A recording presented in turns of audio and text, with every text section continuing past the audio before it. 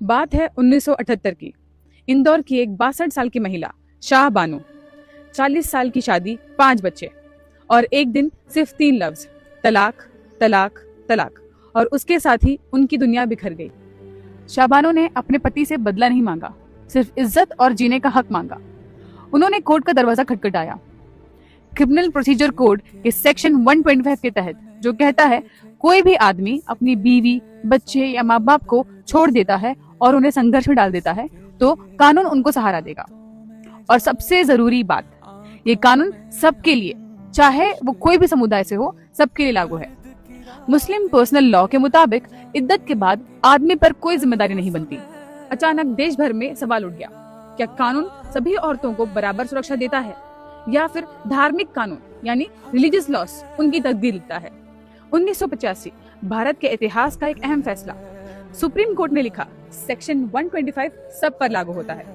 Court ने लिखा कोई पति अपने नैतिक और अपने कानूनी फर्ज से बच नहीं सकता, सिर्फ धार्मिक कानून का सहारा लेकर।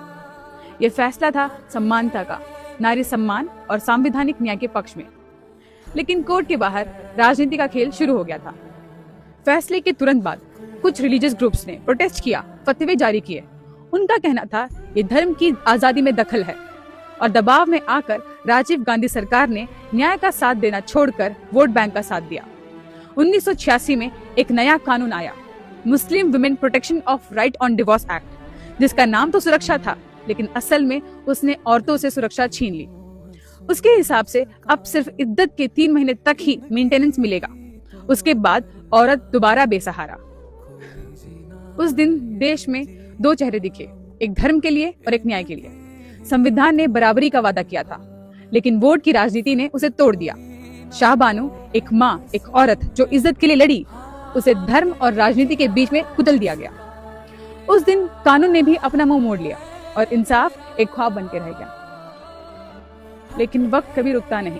33 साल बाद 2019 में नरेंद्र मोदी सरकार ने वो गलती सुधारी। Muslim women protection of rights on marriage act पास करके ट्रिपल तलाक को जुर्म घोषित किया और लाखों मुस्लिम औरतों को वो इंसाफ मिला जिनका उन्हें इंतजार था।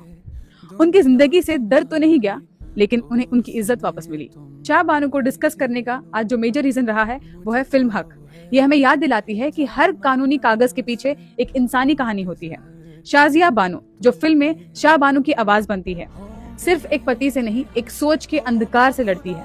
उसका संघर्ष ये बताता है इंसाफ चाहे देर से आए, लेकिन जब आता है तो समाज का चेहरा बदल देता है।